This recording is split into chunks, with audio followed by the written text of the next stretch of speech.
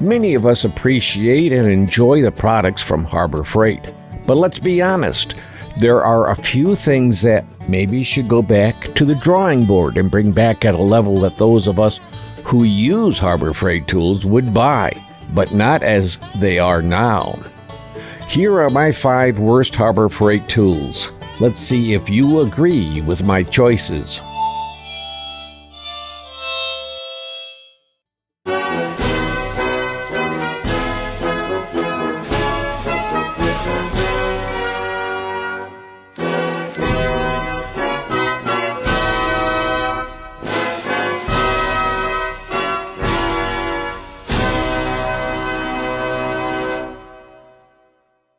Hi anyone, I'm Scott Bain. They call me the Old Farmer.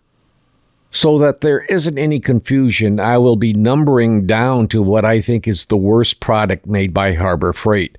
I'll start with the number 5 and work my way down to the number 1 worst product Harbor Freight has sold to the public. Let's go. Number 5. Harbor Freight claims a longer runtime for the Bauer leaf blower than what I got. I got less than 2 minutes out of a 3 amp hour battery. Even if they triple the time, it would not be enough to do the simplest jobs around the homestead. This is the case where a brushless motor is needed. Actually, I think they put the wrong motor into the blower because I should at least get 5 minutes out of a 3 amp hour battery. I took it back. Number 4. The Pittsburgh 6-piece technical measuring set. Will this do the job? Yes. Is it comfortable to hold in the hand? No. The most important point is that the pieces were not cleaned. The tools were left in dirty machine oil that is full of steel grit. It felt like it was hosed down with burnt oil and thrown in a pile of sand. But again, they will do the job. I kept them. I cleaned and beveled the edges. I knew that I wouldn't be using them that much, so I knew I didn't have to get a high-quality Draftsman set of tools. This will do fine for me. Number 3. The Harbor Freight AIM CM100A multimeter. First of all, I would say they promoted the meter wrong. It was misleading as to what the meter would actually do. Second, it was not configured well. It almost did the things most folks expected in a multimeter of this level. But someone decided that they would block some of these features. There were hints that technically it was capable of doing more things than it does. It is awkward to use, and the accuracy, in my opinion, was not as it should be. I got better voltage readings from a $20 meter from the local hardware store. I have used multimeters most of my adult life. Mostly they were Simpson meters. I was so disappointed with the Ames meter, I took the meter back and bought that $20 meter from the hardware store. Don't be confused that I disapprove of the cheapest meter. I have no complaints with the Harbor Freight $7 pocket meters. They do what they say they will do. And isn't that what we want? Number 2. The 55-pound Central Forge Anvil. The Anvil lacks the most important thing that an anvil should have. It is a bounce when hitting an object placed on the anvil. Think of the old Super Ball that has that high level of bounce. The Central Forge Anvil has a bounce closer to that of a softball. To achieve this, a tempered or hardened layer should have been bonded to the top of the anvil to create the bounce found in good anvils. The Central Forge Anvil robs energy instead of returning a large portion back into the hammer. It makes hammering on the anvil harder than it needs to be. For those of you who are not familiar with the use of an anvil, think of walking on a paved road. This will signify a properly made anvil. Now think about walking through a muddy swamp. It is much harder to do. The mud pulls energy with each step. This is what the Central Forge Anvil does to those using it for blacksmithing or other similar work. It robs the energy that is normally returned by a traditional anvil. thus making it harder to do the job for two reasons. First, it is the lack of returned energy to the hammer, and second, absorbing the initial blow.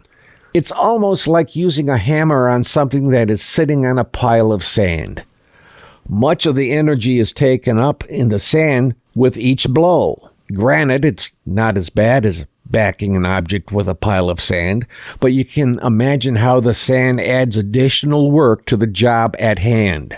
To be honest, if you had a small project that needs tapping instead of hitting, the central forge anvil will get you by, if you get a good one. Some folks have claimed that there were large holes covered up with putty and paint. I can't confirm this, but I doubt that it is by Harbor Freight. My opinion is that if this is true, it is the manufacturer that is hiding the faulty anvils. As for Harbor Freight, it's an easy fix by having a 1/4 to a 1/2 inch of hardened boilerplate bonded to the anvil. It would perform closer to what a real anvil will do in a typical blacksmith shop. I could even imagine that blacksmiths would pick up such an anvil as a secondary workstation for the times that a second anvil would be very handy, or for someone wanting to see if they have an interest in becoming a blacksmith. And this could save a few dollars with such an anvil. Yes, the cost would go up, but not as much as one would think. The reputation of the Central Forge anvil has gotten around. Why not clean up the reputation by making it a better anvil? To be honest, I kept the anvil because I knew what I was getting, and for what I needed it for, it will do the job. Until I can find a used anvil at a garage sale for the price I'm willing to pay, which is not what the market price is these days.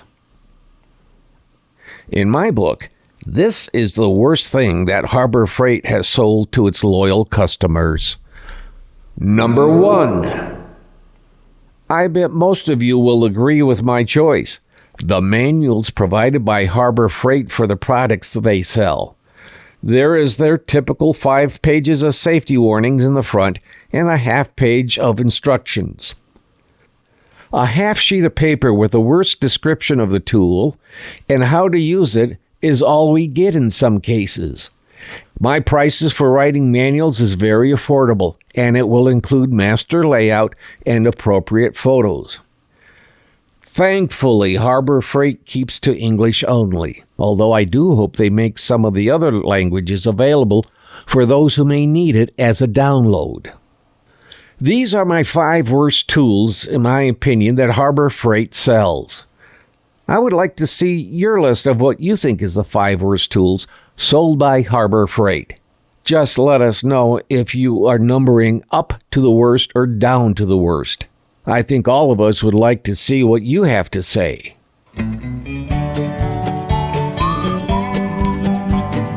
Before we go, it's important to quickly mention for all who are visiting to subscribe, ring the bell, leave a comment, and share with friends and family. Now for the most important part, thank you to those who have subscribed. Thank you. And yes, thank you to those who are visiting. We value you too. We're trying to reach 1,000 subscribers so that we may receive a pittance from YouTube to cover expenses. We replaced 1 camera, tripod, and bought a water-cooled editor for video production, plus all the tools we review. So if you could help us reach that 1,000 subscription point, thank you. Well, this is the old farmer Scott Bain. Be well, be safe, and be kind to someone. Don't forget to click like and click subscribe on the Old Farmer YouTube channel. And thanks again for watching. Bye.